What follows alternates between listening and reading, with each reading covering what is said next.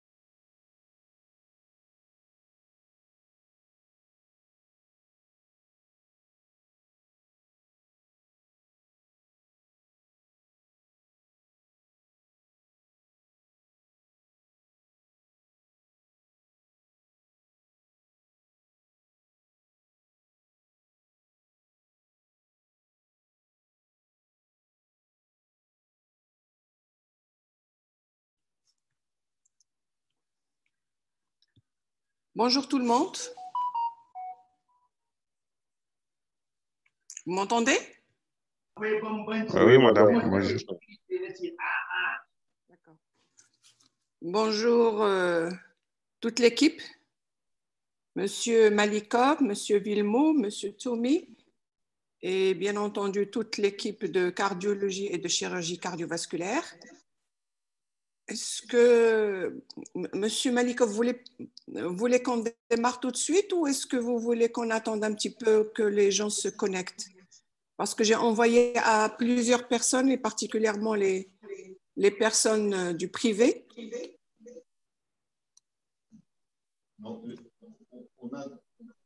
Il faut activer le son, voilà. On a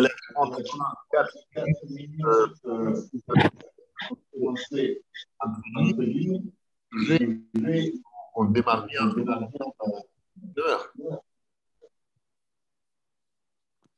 Donc, je vais donner la parole au professeur Toumi pour vous introduire et donner vos titres. C'est Toumi? Oui, bonsoir Afsada. Ça allait bien? Alhamdulillah, donc il faut introduire Monsieur Donc, Malikov. merci Madame la Présidente, cher maître, cher professeur Villemot, cher professeur Malikov, chers consoeurs, chers confrères.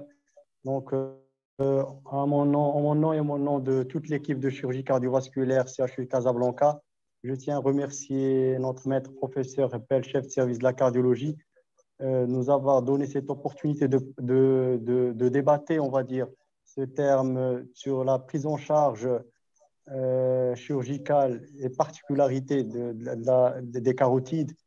Donc, nous remercions bien sûr notre maître professeur Villemot et professeur Malikov pour tous les efforts qu'ils déploient pour le développement de la chirurgie cardiaque et la chirurgie vasculaire au sein du CHU de Casablanca.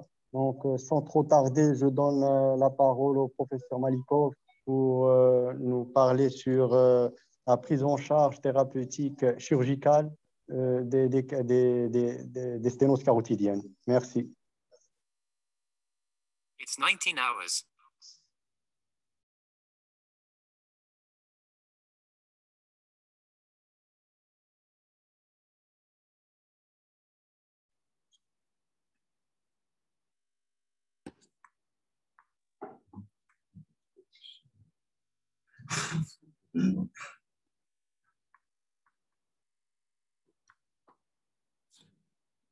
Ça passe.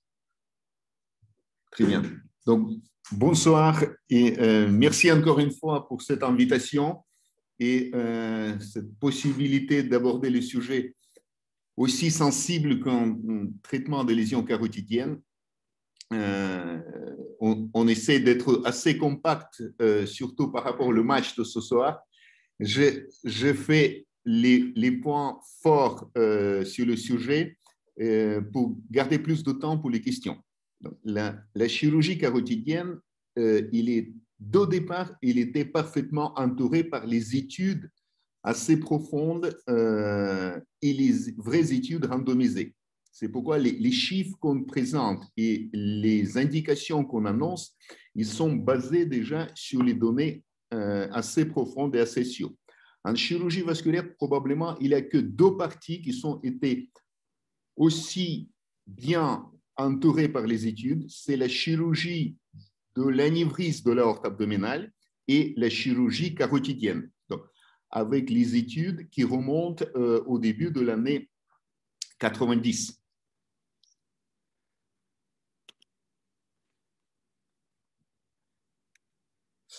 Juste pour donner quelques repères, aux États-Unis, ça représente environ 170 000 patients par an, selon les registres des grandes compagnies d'assurance. En France, on est beaucoup plus modeste, on est à 18 000.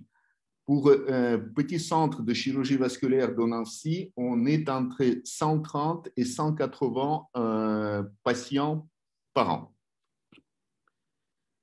Donc, le but et le principe de chirurgie carotidienne, il est assez fort basé sur la chirurgie préventive.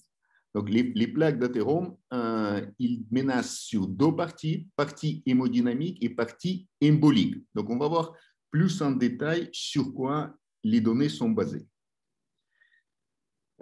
Déjà, la notion de sténose carotidienne symptomatique et asymptomatique, il y a très nette notion de temps. Ça a été déterminé au début pour 3 mois, mais dernier temps, application de termes vis-à-vis de présence de sténose symptomatique ou asymptomatique, c'est la notion de 6 mois. Si l'accident neurologique il précède plus que 6 mois, on parle de l'antécédent d'un AVC, mais pas de sténose symptomatique. Donc, il faut qu'on ait cette notion de temps. Et la chirurgie asymptomatique, on parle de chirurgie qui évite l'accident. Par contre, vis-à-vis de sténose, qui a déjà parlé, qui a déjà présenté un événement neurologique ou oculaire, c'est une chirurgie de prévention de récidive de l'accident. Et donc, on arrive sur les notions qui sont basées sur les toutes premières études basiques pour la chirurgie carotidienne, c'est l'étude de Nasset. On va voir tout à l'heure plus en détail, qui parle de l'indication de traitement chirurgical pour des lésions supérieures à 70%. Et cette étude, il donne l'annonce très forte, ce que pour prévenir, donc on parle de chirurgie préventive, un accident, un événement neurologique, il faut opérer 6 patients pour prévenir un accident. Si on diminue l'exigence pour le sténose, et si on parle de sténose entre 50 et 70, il faut opérer 15 patients pour prévenir un seul accident. Donc, l'exigence pour cette chirurgie est très importante. On va voir plus en détail.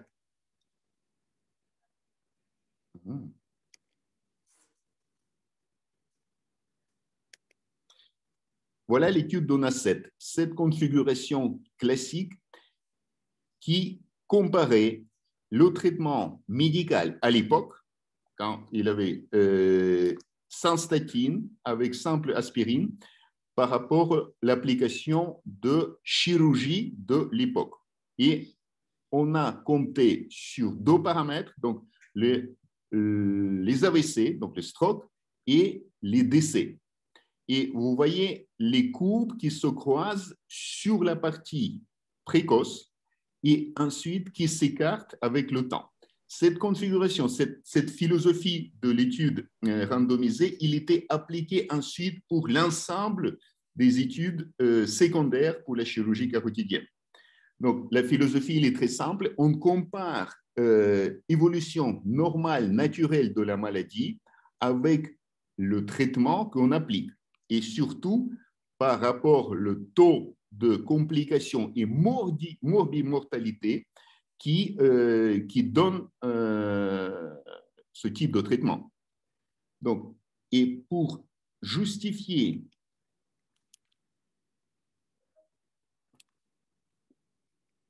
le bénéfice de chirurgie, il faut qu'on ait l'écart entre évolution naturelle de la maladie et les complications qu'on applique par rapport au traitement assez important. Donc, il faut qu'on ait cette zone thérapeutique assez importante.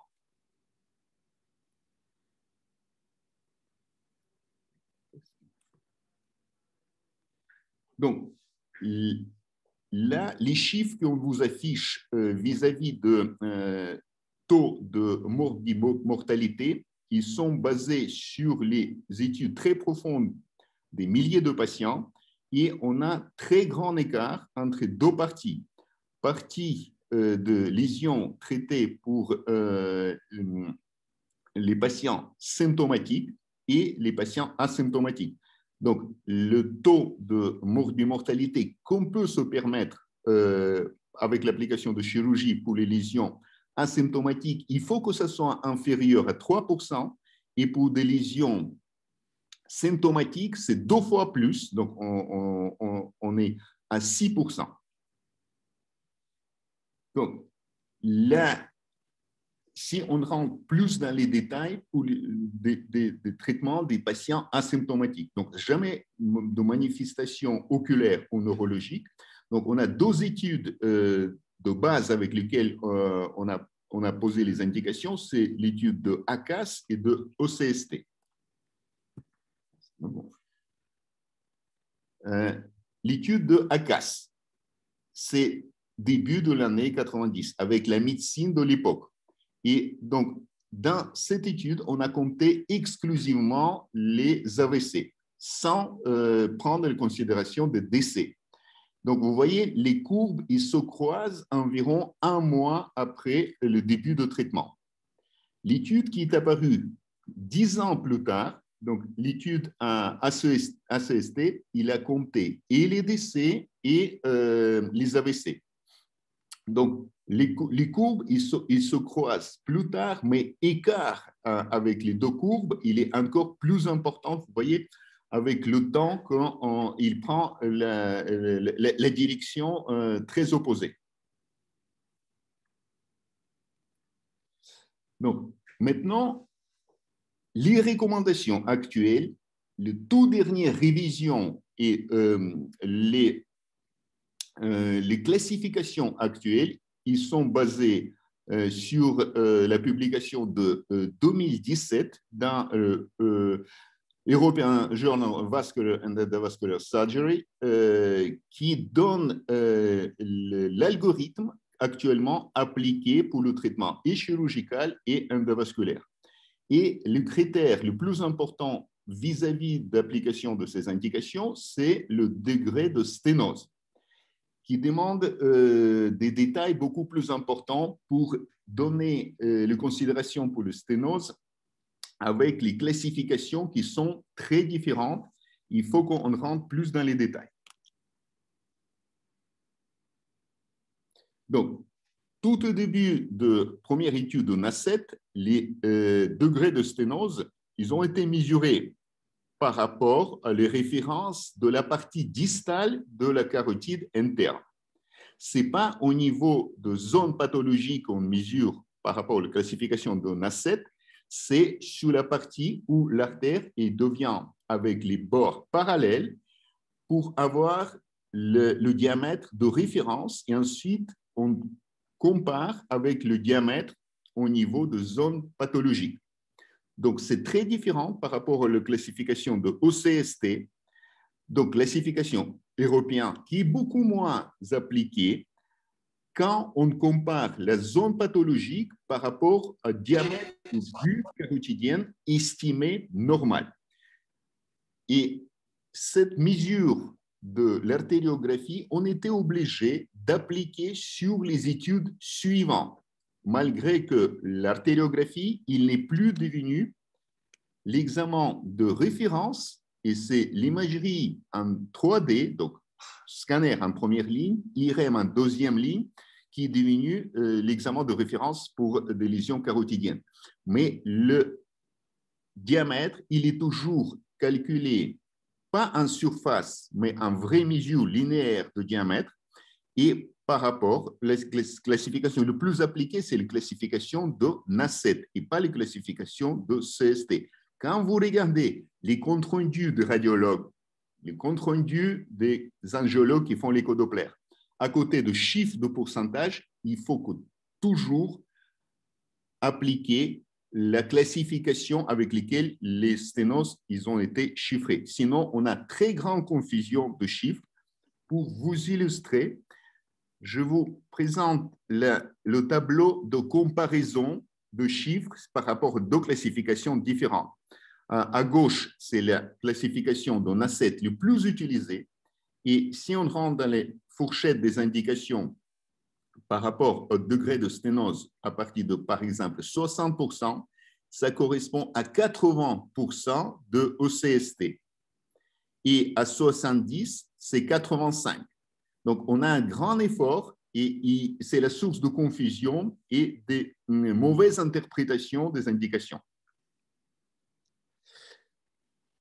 Voilà, ça, c'est le diapo clé de décision chirurgicale et thérapeutique vis-à-vis de sténose carotidienne. Donc, en haut, de départ, donc ça c'est journal de Surgical and Endovascular Surgery de 2017 et deux premières lignes en haut, vous voyez qu'il s'agit de l'interprétation de symptomatologie de 6 mois par rapport aux sténoses symptomatiques et asymptomatiques. Maintenant, on rentre un peu dans les détails de cette partie. Donc, on a un tableau qui est séparé en deux parties, avec les patients qui sont jamais présenté les symptômes et les patients qui ont fait déjà un accident vasculaire ou oculaire avec présence de ces lésions. Donc, si on rentre déjà sur les indications pour les sténoses symptomatiques, donc avec les événements neurologiques, vous prenez le colon à droite et l'indication avec classe 1A, donc le plus fort, basé sur les études randomisées, c'est l'application de traitement chirurgical. Plus bas, on parle d'éventuel stenting quand la chirurgie il n'est pas applicable pour les raisons d'anesthésie, pour les raisons d'anatomie. Donc, quand on a les contre-indications pour la chirurgie, c'est l'angioplastie et le stenting qui est appliqué avec les recommandations de grade 2A. Si on parle de sténose entre 50 et 70%, donc le bénéfice, il devient moins évident, mais c'est toujours la chirurgie qui est recommandée en première ligne et le traitement endovasculaire seulement en deuxième. Et la chirurgie, il n'est pas indiqué si la sténose est inférieure à 50%, selon classification de Nassett. On revient sur les indications pour le patient asymptomatique, jamais un événement oculaire ou neurologique. Vous voyez, les chiffres, ils sont très différents. Donc, l'indication, il apparaît seulement à partir de 60%. Et il y a des facteurs supplémentaires qui donnent l'indication, c'est estimation de l'espérance de vie. Il faut qu'on estime espérance de vie supérieure à 5 ans. Seulement avec cette condition qu'on peut proposer le traitement chirurgical. Et plus bas, vous voyez que les recommandations ils sont plus faibles, donc le grade de 2A, et le stenting carotidien. Pour les patients asymptomatiques, ils sont encore moins évidents d'apporter le bénéfice. Et cette chirurgie, il n'est pas indiqué pour les patients avec le sténose moins de 60%. C'est le traitement médical optimisé qui est en première ligne.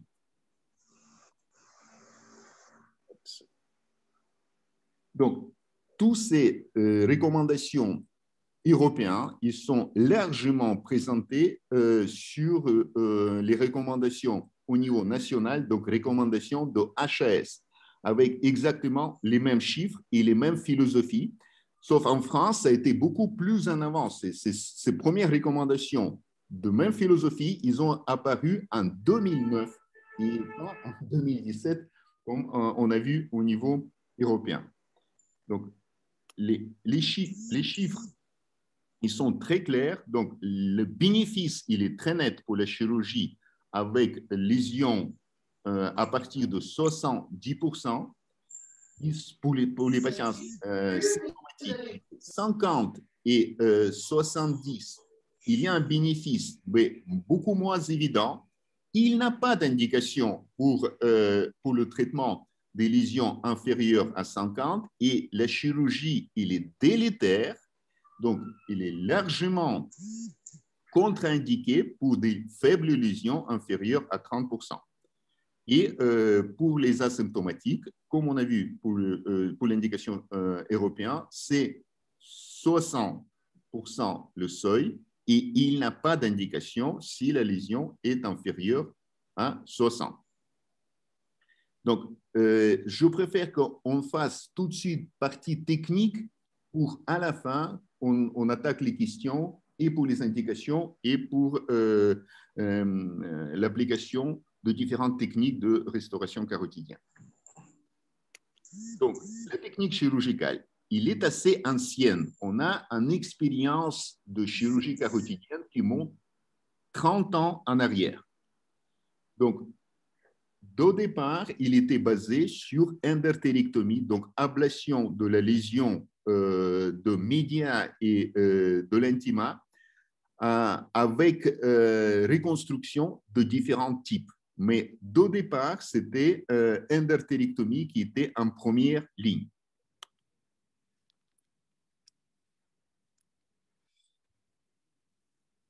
La restauration après cette endartérectomie, il était très varié. Au début de l'expérience, c'était la fermeture simple, surtout en profitant le diamètre très large de la bulle carotidienne. Et cette technique, il garde toujours sa place pour des lésions bulbaires avec le volume assez important qui apparaissent après endartérectomie. Deuxième technique qui est largement appliquée, qui démontrait ses preuves, c'est l'angioplastie avec fermeture avec le patch, qui donne les possibilités de traiter des lésions bulbaires et des lésions post-bulbaires, qui donne les modalités d'augmentation de diamètre avec application de patch. Mais la technique la plus utilisée, c'est la technique d'éversion. En France, environ 80% de chirurgie carotidienne, il est réalisé par la technique d'éversion quand on n'a pas d'application de matériel prothétique. Donc, c'est la chirurgie où on a encore moins de matériel à utiliser. Donc, les voies d'abord, ils sont classiques, ils sont pré-externes cléidomastoïdiennes. Les incisions, ils dépassent rarement de 4 ou 5 cm. Et je vous expose déjà la technique classique d'utilisation de patch sur l'angioplastie carotidienne.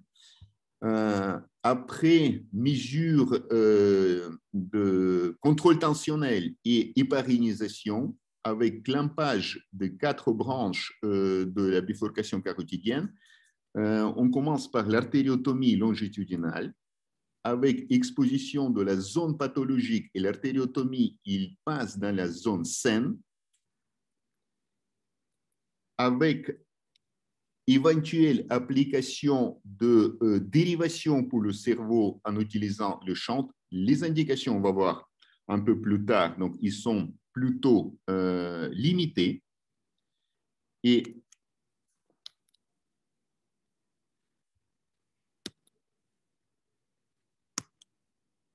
contrôle de la zone saine avec endartérectomie, c'est le moment clé pour assurer la fixation de l'endartère vis-à-vis de la paroi standard. Application de patch avec le système optique et plutôt la technique microchirurgicale pour que la zone pathologique soit complètement couverte par application de patch et sur la partie proximale et sur la partie distale. Donc, voilà les résultats à la fin quand on fait remodelage de la bulle carotidienne et carotide interne et carotide externe. Donc, les matériaux qu'on utilise pour le patch, ils sont très variés. Le plus ancien, c'est la veine autologue. Ensuite, ce sont des matériaux prothétiques, donc PTFE et Dacron. Et matériel encore plus élastique, c'est un matériel en polyuréthane. Donc, on revient maintenant pour la technique d'éversion qui consiste de réaliser endartérectomie sur une bonne distance par éversion de la paroi jusqu'à la zone saine. Donc, la voie d'abord, il n'a pas de différence. On a besoin d'avoir le contrôle beaucoup plus distal sur la carotide interne, ici jusqu'à niveau de muscle digastrique et nerf hypoglosse, donc le 12. Ensuite, l'artère est sectionnée à son origine, l'artère carotide interne est sectionnée à son origine. Et ensuite, nous réalisons le passage entre la paroi saine et la paroi athéromatose pour obtenir le séquestre d'athérome par éversion, donc un retournement de la paroi carotidienne. Ensuite, la carotide externe et la carotide commune également désobstruées avec éventuelle fixation de plaques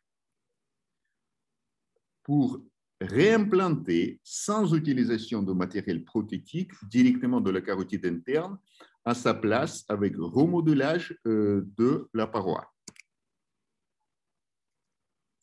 Ici, quelques exemples de séquestres qu'on enlève par les ondes d'éversion et on arrive à avoir les séquestres assez longs. Le but, c'est de regagner la zone saine de la carotide interne sans suture longitudinale ni application de matériel prothétique. Le résultat final, par transparence de la paroi, on voit l'arrêt de plaques d'athérome environ 3 cm après l'origine de la carotide interne.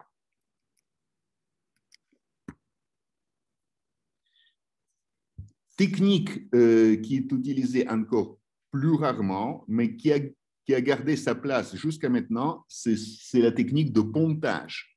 Quand on remplace complètement la zone pathologique par les circuits parallèles, surtout les indications, ce sont des lésions longues qui touchent et la carotide interne, et la carotide commune, et la carotide externe. C'est pour contourner les obstacles et éviter les longues désobstructions qui demandent plus de temps et plus d'ischémie cérébrale. L'avantage de la technique de pontage également, c'est alternance de flux. Au moment quand la carotide commune est clampée, c'est la carotide externe qui assure les circulations cérébrales. Et après premier déclampage de l'anostomose proximale, il reste réalisation de l'anostomose distale, donc le temps, il est beaucoup plus court. Donc, il y a bénéfice également hémodynamique de cette technique, mais qui prend plus de temps, car il y a 2 anostomoses à faire pour cette technique. Les résultats est vu péropératoire et dans les centres spécialisés, chaque reconstruction de la carotide, il est contrôlé par artériographie et qui donne la vision finale de montage pour analyser la qualité de reconstruction et éventuelles les retouches sur les zones imparfaites de reconstruction. Donc, pour revenir sur le principe qu'on a annoncé au début, c'est que cette chirurgie, il a sa place si on a très faible pourcentage de complications. Et analyse de ces complications montre que la plus grande partie des événements, surtout des événements neurologiques péropératoires, ils sont plutôt d'origine embolique. Donc, jusqu'à 70% de complications. Donc, on parle de ces 3% de chiffres globaux. Mais si on rentre dans les détails, 70% de ces 3%, ils sont d'origine embolique. Donc, toute cette chirurgie, il est ciblée pour éviter cet événement embolique pendant l'intervention. Et seulement 10 à 30%, ce sont des événements de ischémie cérébrale péropératoire. Souvent, ce sont des AIT et pas les AVC, donc les événements qui sont largement récupérables en post-opératoire. Et les rares cas de réperfusion cérébrale, surtout pour les AVC de grande taille, et encore plus rarement, on trouve également les hématomes après syndrome de réperfusion. Mais pour revenir et pour vous répéter que toutes ces complications, il doit rentrer pas plus que dans 6% pour les patients symptomatiques. Donc, il ne faut pas qu'on dépasse cette seuil de complications. Donc, utilisation de chantes. Dans notre pratique, on n'est pas plus que 10% d'utilisation de chantes, donc dérivation pendant la reconstruction, sur les indications de l'occlusion contralatérale, et c'est une indication relative, ce n'est pas une indication absolue.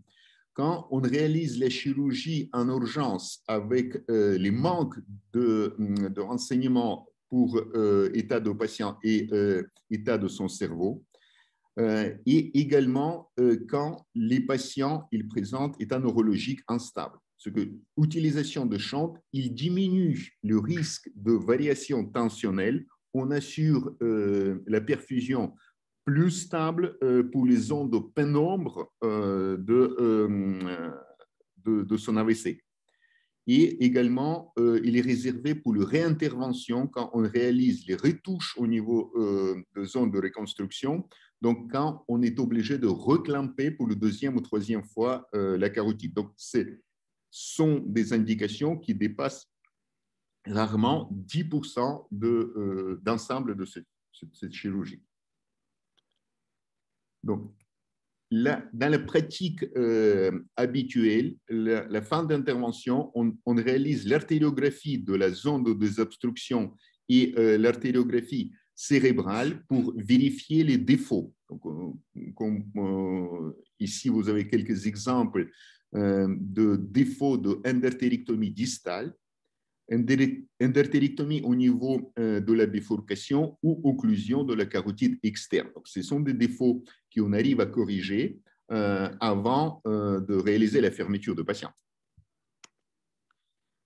Donc, il y a 4 parties très importantes pour améliorer cette chirurgie et donner plus de sécurité.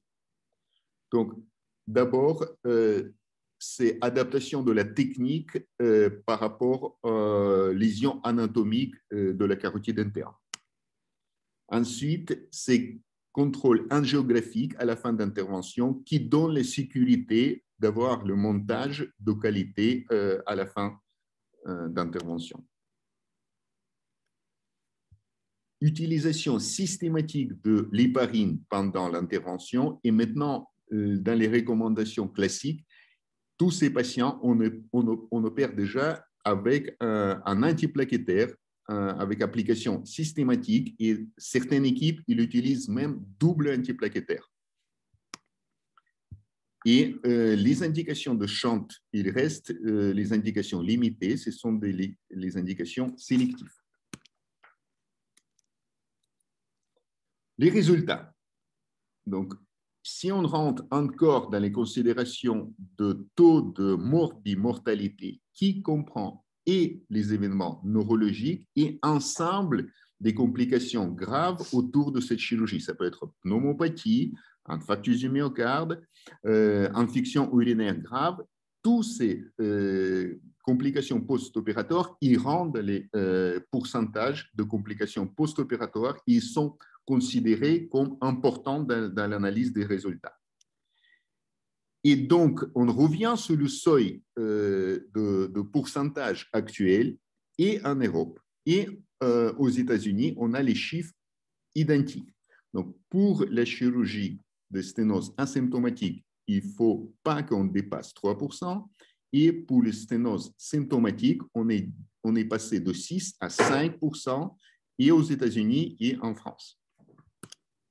Donc, la place de dilatation qu'on a vue, il est limité, surtout par rapport aux données qu'on a des études randomisées, malgré les grands poussées de l'industrie, avec les firmes qui sont derrière les chirurgiens qui poussent ses propres lois et malgré les difficultés pour garder les bons raisonnements dans nos décisions.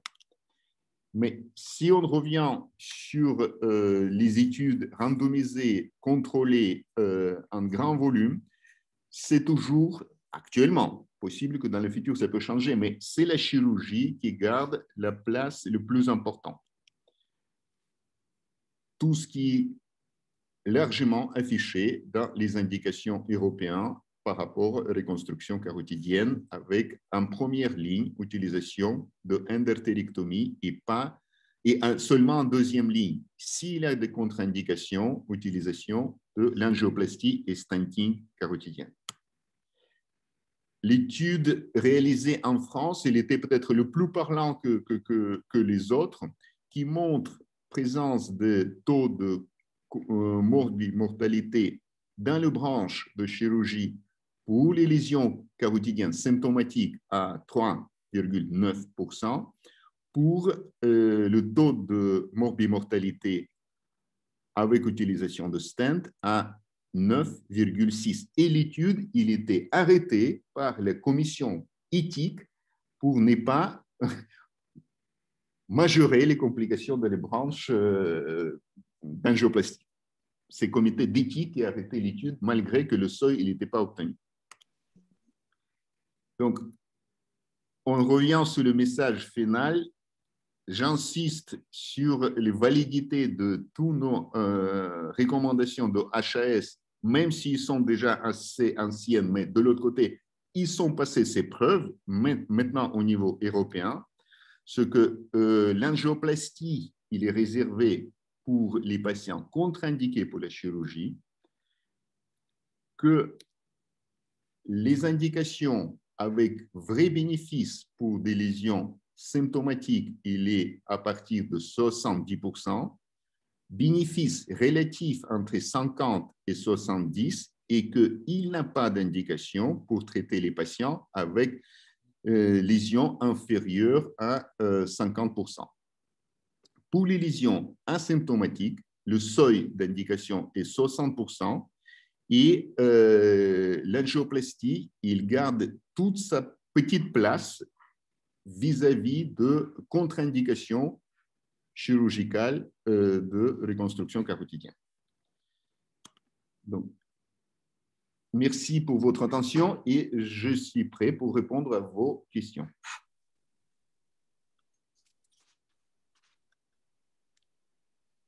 Merci beaucoup, Monsieur Malikov. Je vais donner la parole tout de suite au professeur Villemot, qui va éventuellement modérer les questions. Vous m'entendez, Monsieur Villemot?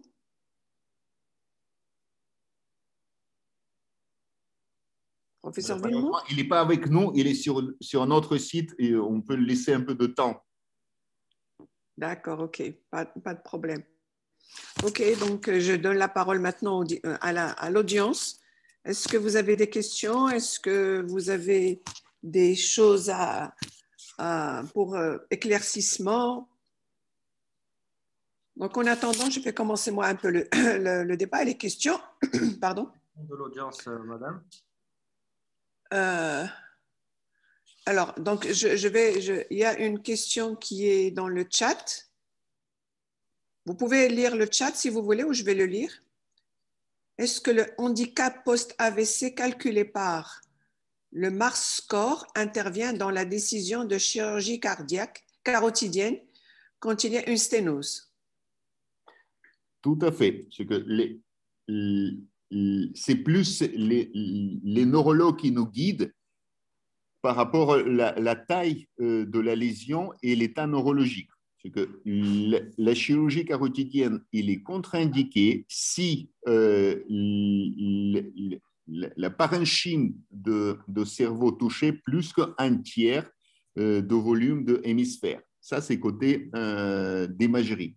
Ensuite, si l'état neurologique du patient est grave et il n'a pas de récupération, donc le bénéfice de la chirurgie, il est très relatif et on contre-indique une bonne partie de patients vis-à-vis de gravité de l'accident. Souvent, les décisions, il est plutôt dans les recommandations de 2 premières semaines.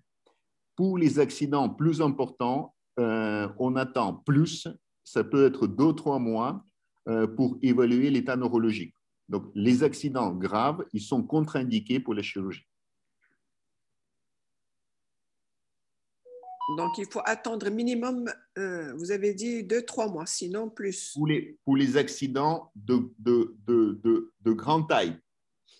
Sinon, dans les recommandations, c'est plutôt la chirurgie précoce, donc 2 premières semaines. D'accord, merci.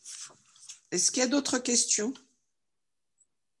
Bon, je vais poser moi une question concernant justement quand on a une occlusion d'une carotide d'un côté et une sténose aux alentours de 60%, ou je peux dire même un petit peu moins, 55% de l'autre côté. Et c'est un patient asymptomatique. Qu'est-ce qu'on fait? Il n'a pas de bénéfice de traitement chirurgical. C'est le traitement optimisé. Oui. Parce qu'on est dans la configuration de sténose asymptomatique et il n'a pas de notion de présence ou pas de la carotide occluse. Non. Sur cette partie, il n'a pas de recommandation spécifique. Donc, on applique les recommandations existantes pour des lésions asymptomatiques. Il y a des exemples, on peut vivre sans carotide interne. C'est exceptionnellement rare, mais si les lésions progressent très lentement, la circulation s'adapte avec la circulation vertébro-basilaire. Ce sont des cas, et même des séries publiées. Donc, si la maladie progresse très lentement, il n'a pas d'impact hémodynamique. Si on parle d'un patient asymptomatique. Oui, très bien. Sitomi, tu peux poser des questions?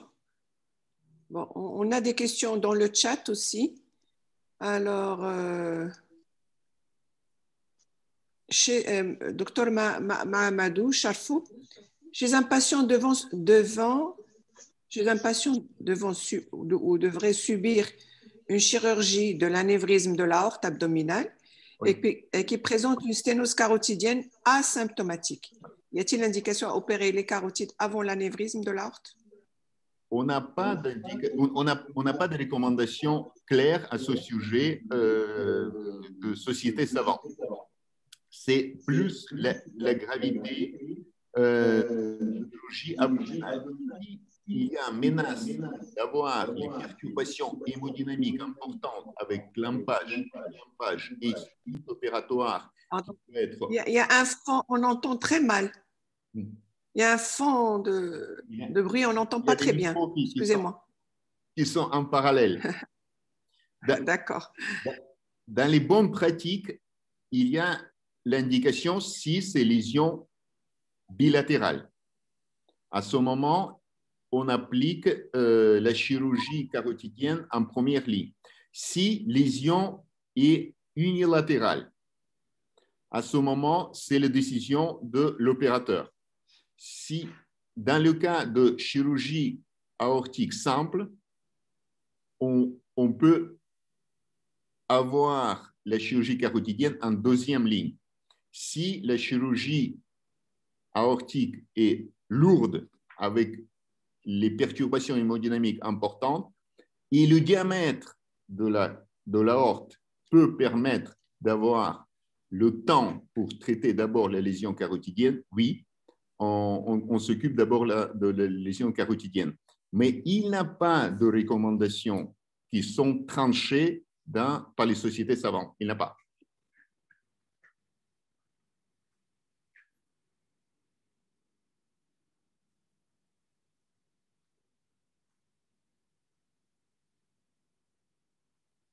Donc, j'ai une question sur le chat.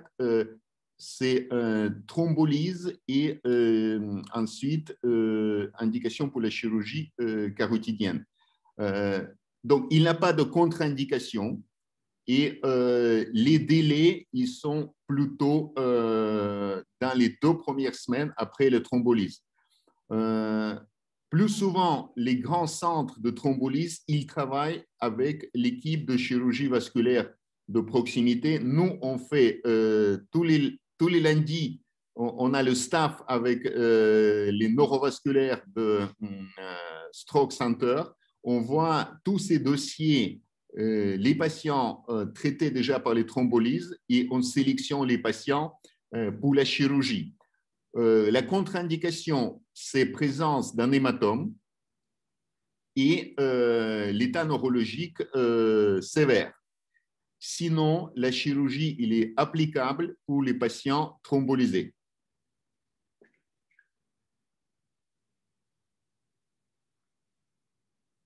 Est-ce qu'il y a un délai entre thrombolyse et chirurgie? On n'a pas de recommandation de jour, mais pour les lésions significatives, au contraire, on cherche d'avoir la chirurgie moins de 2 semaines, surtout pour éviter le deuxième accident. Parce que pour les raisons logistiques, on a vécu les délais plus importants, surtout pendant le Covid, et les patients, ils peuvent récidiver parce que la cause anatomique, elle n'est pas traitée. Très bien. Oui, il y a d'autres questions, donc vous les lisez pour que l'assistance voit.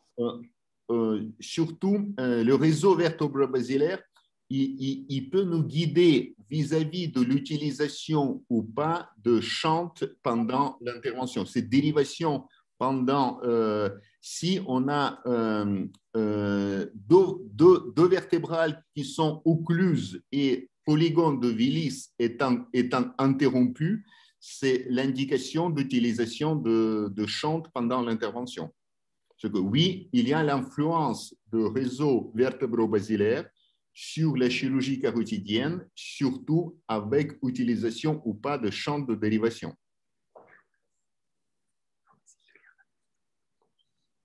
Parfait. Est-ce que seuil de 60% pour les sténoses asymptomatiques n'est pas trop bas? Ça c'est que les polémiques. On a les études randomisées sur des milliers de patients, sur quoi on peut se prononcer. Et seuil de 60%, ça a été prouvé par les statistiques très fortes. Surtout, je ne sais pas, au Maroc, vous n'êtes pas très exposé, mais en France, non-respect des indications, ce sont des procès et les chirurgiens, ils peuvent payer toute sa vie pour les patients handicapés si l'indication n'était pas respectée de façon claire. On a de plus en plus les procès.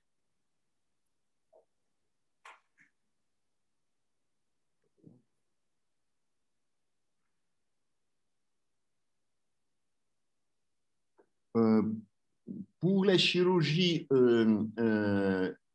cardiaque et des lésions associées carotidiennes, tout ce qui est dans la recommandation, si nous avons des lésions bilatérales significatives, il faut les traiter avant. Unilatérales, non, il n'a pas d'indication de traiter lésions unilatérales en première ligne.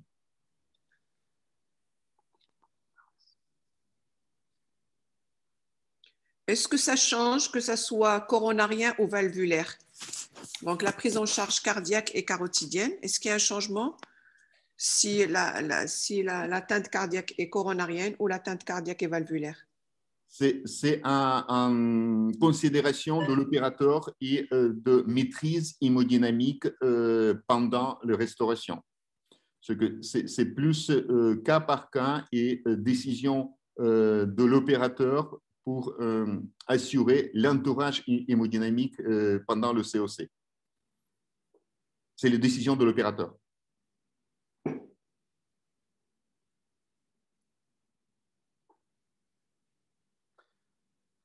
Pour les dissections carotidiennes, actuellement, c'est traitement médical en première ligne s'ils ne sont pas symptomatiques. découverte de dissection carotidienne, en première ligne, c'est le traitement médical.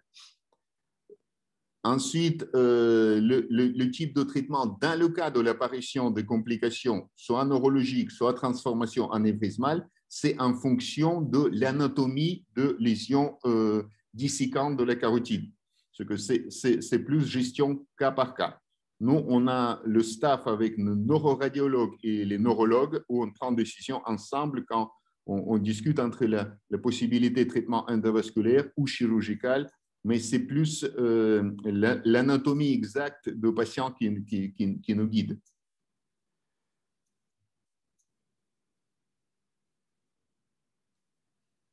Non, on n'a pas besoin de contrôler par les deux méthodes. C'est les méthodes de NACET le plus appliquées. C'est une classification qui était validée et qu'on utilise. Surtout les doppléristes, pour eux, c'est plus difficile d'utiliser NACET que COST. Ils peuvent également transformer les chiffres de ECST vers les chiffres de NACET pour faciliter ce qu'on a une conversion facile avec le tableau. On peut utiliser l'un ou l'autre, mais surtout, il faut qu'on sache laquelle il est appliqué. C'est plus le moment clé pour savoir laquelle des deux classifications est utilisée. Pour les doppléristes, plus souvent, quand même, ils mesurent la bulbe et la sténose, mais il faut qu'ils transforment ensuite vers NACET avec le tableau.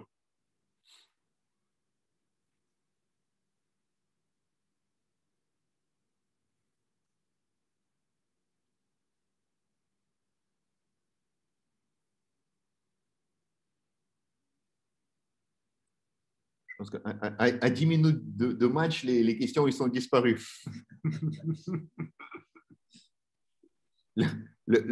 Le plus important, ils ont été déjà affichés.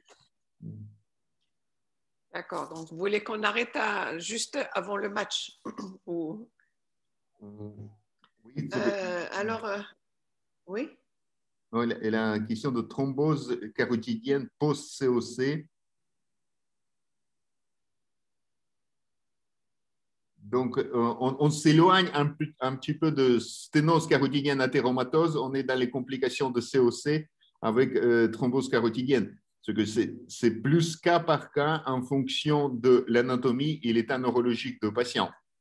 Ce que le thrombose de la carotide commune, il est beaucoup moins méchant que le carotide interne. Il peut être même asymptomatique. On peut vivre avec la carotide commune occluse. Parce que le réseau de carotide externe avec les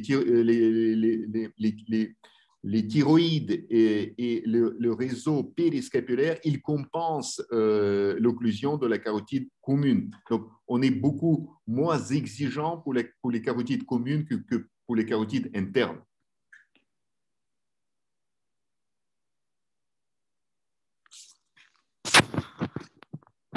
Bon.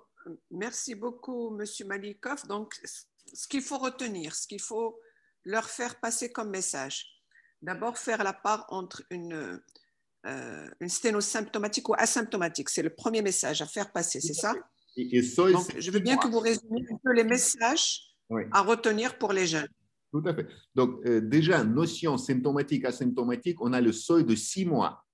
Si un accident est daté de plus de 6 mois, on parle d'antécédent d'un AVC et on parle de lésion asymptomatique. C'est paradoxal, mais c'est comme ça. Ensuite, les examens sur lesquels on se base pour la décision, ils sont conseillés d'avoir 2 examens concordants. Plus souvent, c'est échodoppler et scanner ou IRM. Sur le même examen, on regarde également l'état cérébral. Je n'ai pas eu le temps de détailler également. Le parenchyme cérébral, avec les signes d'un AVC ancien, il donne le droit de classer le patient comme symptomatique s'il est récent. Donc, on change les indications. Il nous faut les parenchymes cérébral également. Et ensuite, les chiffres à retenir. Donc, la chirurgie il est validé pour 70%, on a un bénéfice net pour les symptomatiques, il est applicable pour 50%, tout ce qui est inférieur à 50% symptomatique, non. Pour les asymptomatiques, c'est 60%. Donc, sinon, on n'est plus dans les critères de validation des indications. Non, c'est bon. Okay. On n'a pas de questions supplémentaires sur le chat. Ben, merci beaucoup, M. Malikov. Est-ce que professeur Toumi peut ajouter un petit mot avant de fermer la session? Je tiens à remercier encore une fois professeur Bell de nous donner cette occasion de débattre ce sujet très intéressant qui est la chirurgie carotidienne. Je remercie mon maître professeur Malikov pour cette présentation fort intéressante et didactique. Donc, en espérant de tirer un petit peu les leçons pour les indications, en même temps pour toutes les indications opératoires. Je crois pour terminer, juste une petite question technique pour professeur Malikov. Donc, pour sa préférence sur la technique éversion ou juste en artériectomie à ciel ouvert. Donc, nous, je crois que plutôt au Maroc, c'est l'endartérectomie à ciel ouvert. On a très peur de l'éversion. Donc, si vous pouvez nous répondre, s'il vous plaît. Non, je pense qu'il faut démystifier l'endartérectomie par éversion. Il y a des éléments techniques qui sont à respecter, mais c'est plus un peu le blocage de mystification de cette chirurgie que le vrai problème technique. Donc, et surtout, l'avantage de ne pas utiliser du tout le matériel qui peut s'infecter, qui peut donner hyperplasie. Donc, c'est la chirurgie écologiquement propre sans application de plastique dedans. Merci beaucoup. Donc, je redonne la parole à notre maître professeur Bell. Merci beaucoup, c'est Toumi. Merci beaucoup, Monsieur Malikov. Merci beaucoup à toute l'assistance et à l'intérêt que vous avez porté. Pour information, cette question a été posée au DSM hier. Quelle est la conduite à tenir devant des lésions des troncs supraortiques?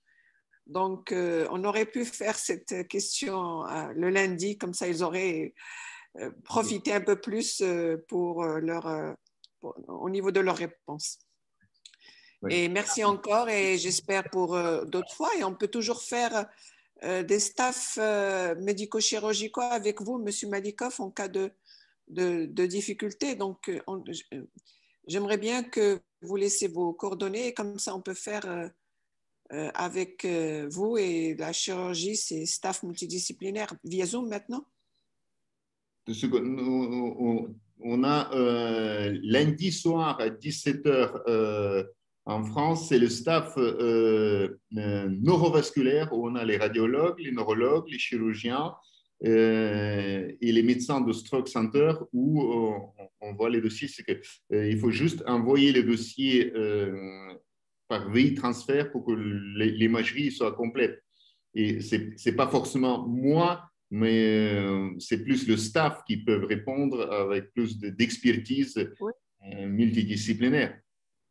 Oui. Vous le faites en distanciel ou en présentiel? C'est-à-dire on peut avoir des...